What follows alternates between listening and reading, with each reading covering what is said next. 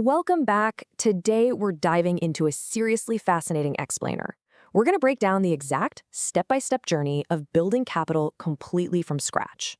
Picture this: a 19-year-old college dropout, a laptop with a cracked hinge, and exactly $340 in a checking account. Fast forward 9 years, a net worth of $3 million. But here's the best part. We're not looking at some lucky break or lottery ticket today.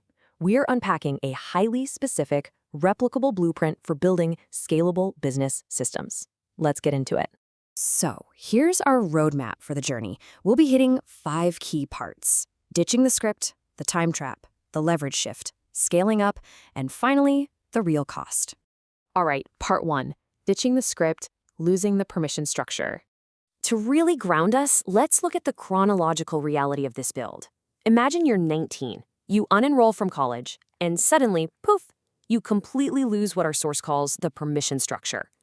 You lose that standard societal script that tells you exactly what class to take next, or what job to apply for. Going from $340 to multi-millions, yeah, that doesn't happen overnight.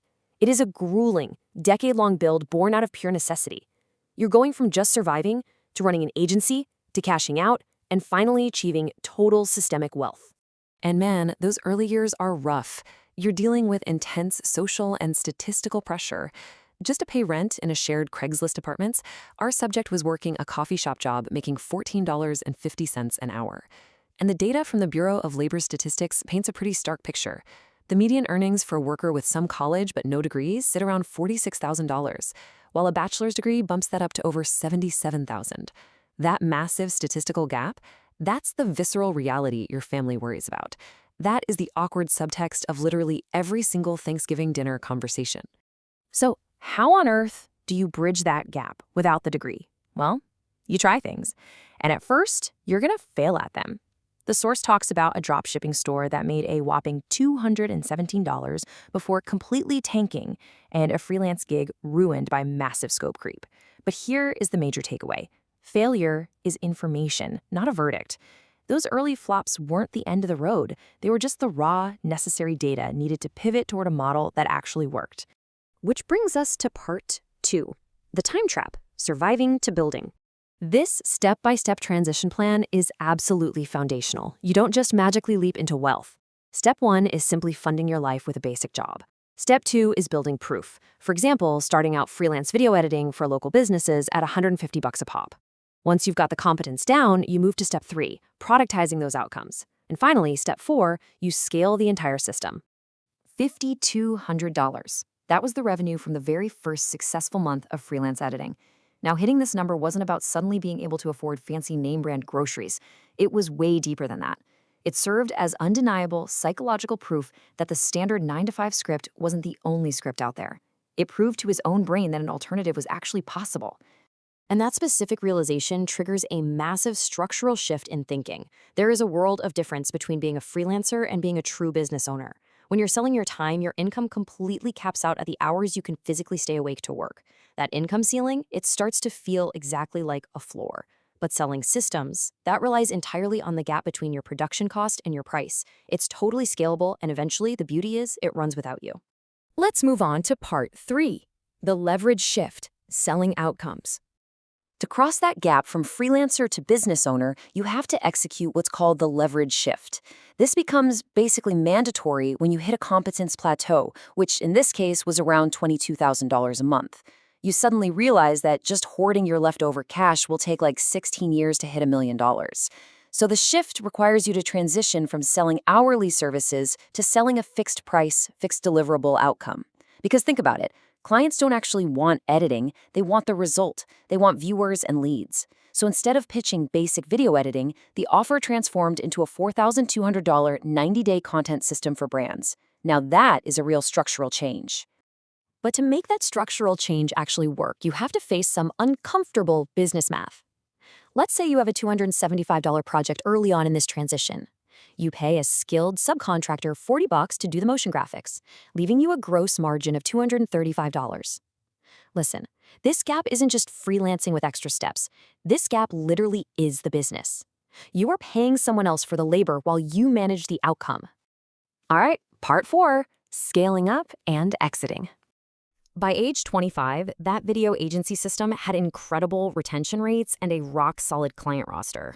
It was running like a well-oiled machine. And naturally, it attracted the attention of a larger digital marketing agency looking to absorb their operation. After some tense negotiations and pushing back on heavy non-competes, the final acquisition offer was accepted. The magic number? $410,000. Now, receiving hundreds of thousands of dollars at 25 years old isn't some permanent retirement destination. Not even close. According to our source, the first exit is really just a visceral vocabulary lesson in equity. It teaches you exactly what owning equity is by letting you feel firsthand what equity actually does for your bank account. That crash course in equity triggered rapid wealth accumulation, pushing the net worth up to $1.8 million by age 27. Capital was deployed into Vanguard S&P 500 index funds for traditional, reliable compounding. But because building is a thing, a second productized consulting agency was launched, and that rapidly hit $40,000 a month. And finally, real estate. A condo was purchased, not because it was the absolute most optimal capital deployment, but simply as a necessary lifestyle choice. Which brings us to our final and perhaps heaviest section, Part 5, the psychology of independence. You see, wealth doesn't exist in a vacuum, and the journey to $3 million requires an immense personal transformation. The hidden costs are profound. There's this unexplainable social gap, like awkwardly Venmoing $25 for a fantasy football league to a buddy making $52K a year, while your business makes that exact amount in just a few days. There are romantic relationships that ended because you were mentally running profit and loss scenarios at dinner instead of actually being present. There are missed weddings. And most heavily, there is the irreplaceable lost time with sick family members just because you are heads down building the machine. All of this builds to a massive, profound realization at age 28. A net worth of $3 million definitely provides incredible baseline security. But the money itself, it isn't the true prize. The number is literally just evidence. The actual, true asset is the self-sustaining system, the machine you built from scratch that now works completely independently of your daily effort. You finally gain total control over your time. You can wake up and book a flight on a Tuesday just because you feel like it. But looking back at 9 years of missed events, social isolation, and relentless grinding pressure, we have to ask the ultimate question presented by the source material. Was the undeniable, life-changing financial freedom worth the intense social and emotional costs required to build it?